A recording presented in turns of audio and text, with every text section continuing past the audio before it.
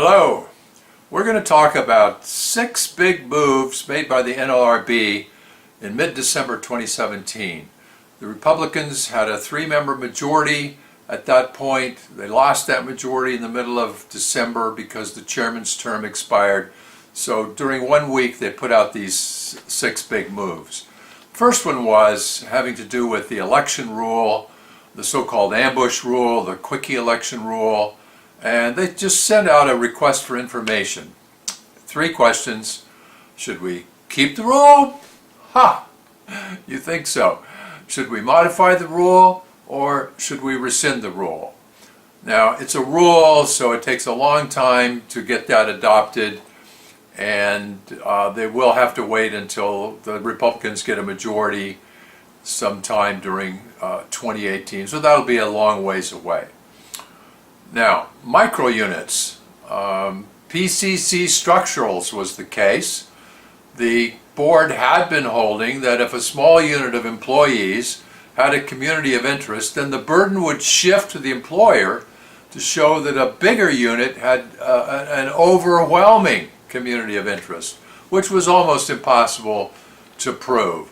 So in this case, we had 102 welders out of about 2,500 people working in a manufacturing plant. And one of the cases the NLRB had was Macy's department store, where there were 11 departments and the board allowed a unit of just the cosmetic and fragrance workers.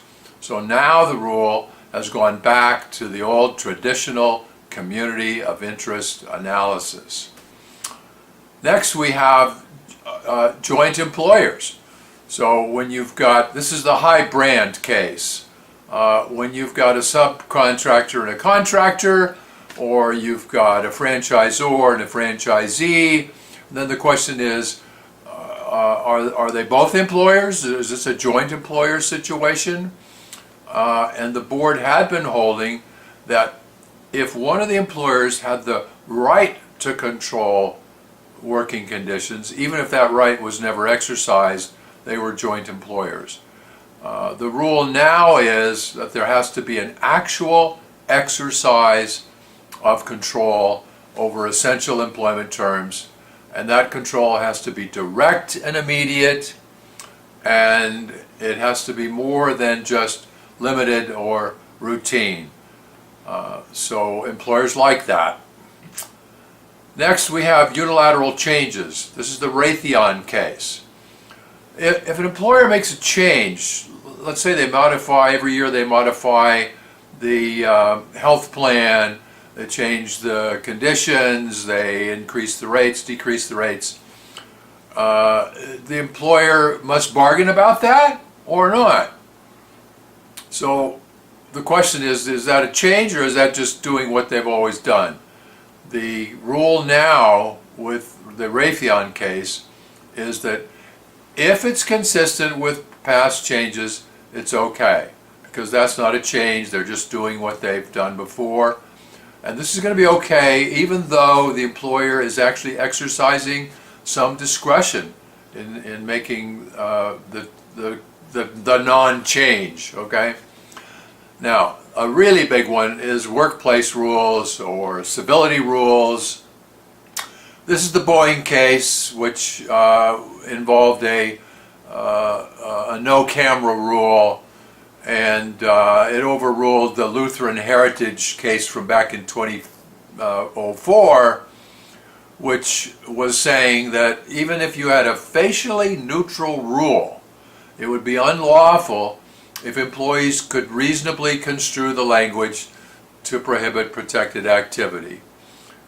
So we had cases like it was illegal to have a rule that said you should work harmoniously, or it was illegal to have a rule that you should conduct yourselves in a positive and professional manner.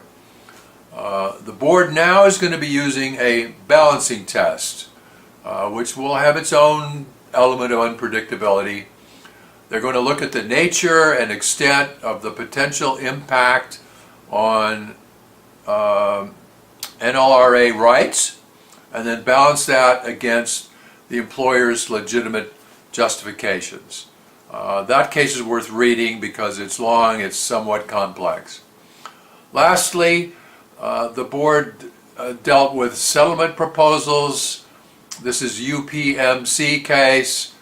The rule now is that administrative law judges can accept a proposed settlement terms even over the objection of the general counsel, even over the objection of the charging party, if the proposed terms were deemed reasonable. And it's no longer necessary for that settlement to provide a complete remedy for all of the violations that were originally alleged.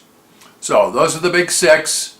We're now in a state where the board is divided 2-2, Republicans and Democrats, and we will just have to wait until the President and the Senate get their act together and get a third Republican appointed to the board, and then we're going to have more changes, trust me. Thank you very much for watching.